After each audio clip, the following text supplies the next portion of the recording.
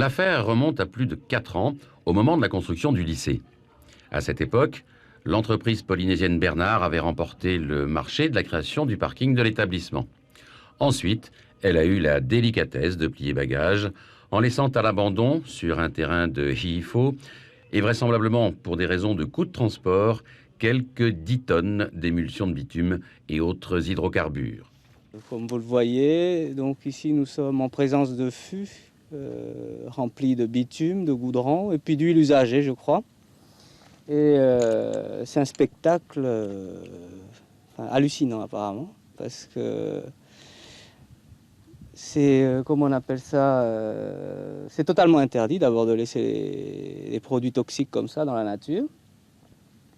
Et ça montre un tout petit peu que le territoire n'a pas encore saisi les principaux problèmes en matière d'environnement, quoi. Et ce sont des produits qui peuvent s'infiltrer et atteindre la nappe. Est-ce qu'on pourrait s'en débarrasser en les brûlant, par exemple? En les brûlant, d'abord, on n'a pas le matériel nécessaire pour les brûler ici, dans des bonnes conditions. Donc je crois que la solution, il y en a peut-être deux. La première, c'est les travaux publics qui peuvent éventuellement les réutiliser, si c'est possible. Ou alors la deuxième, qui est la plus simple, c'est de les stocker dans un endroit abrité et attendre éventuellement un traitement ultérieur.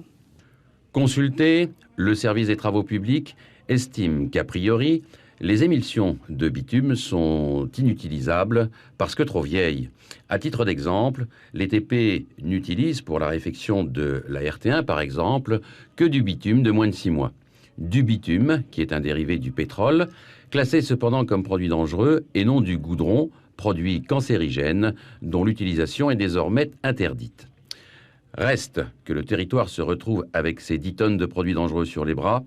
Alors, qui va hériter de cet encombrant bébé? En attendant, certains montrent du doigt le coupable. Ben pour moi, la faute revient aux services techniques du territoire qui, eux, ont retenu cette entreprise pendant qu'il y en avait sur le territoire qui étaient capables de faire le travail. Et ils n'ont pas contrôlé comment elle avait fini les travaux, comment qu'elle laissait le chantier, rien du tout. C'est l'exécutif, pour moi, c'est à eux à se retourner vers... parce que c'est leur choix. C'est pas le choix des PME, c'est le choix de l'exécutif. Donc, c'est à eux, ça doit revenir la faute. Le maître d'œuvre était à l'époque OTH International, travaillant pour le compte de Jean Ferrando, architecte à Agen, le maître d'ouvrage étant l'État et le ministère de l'Éducation nationale, représentés par le préfet, administrateur supérieur de Wallis et Futuna.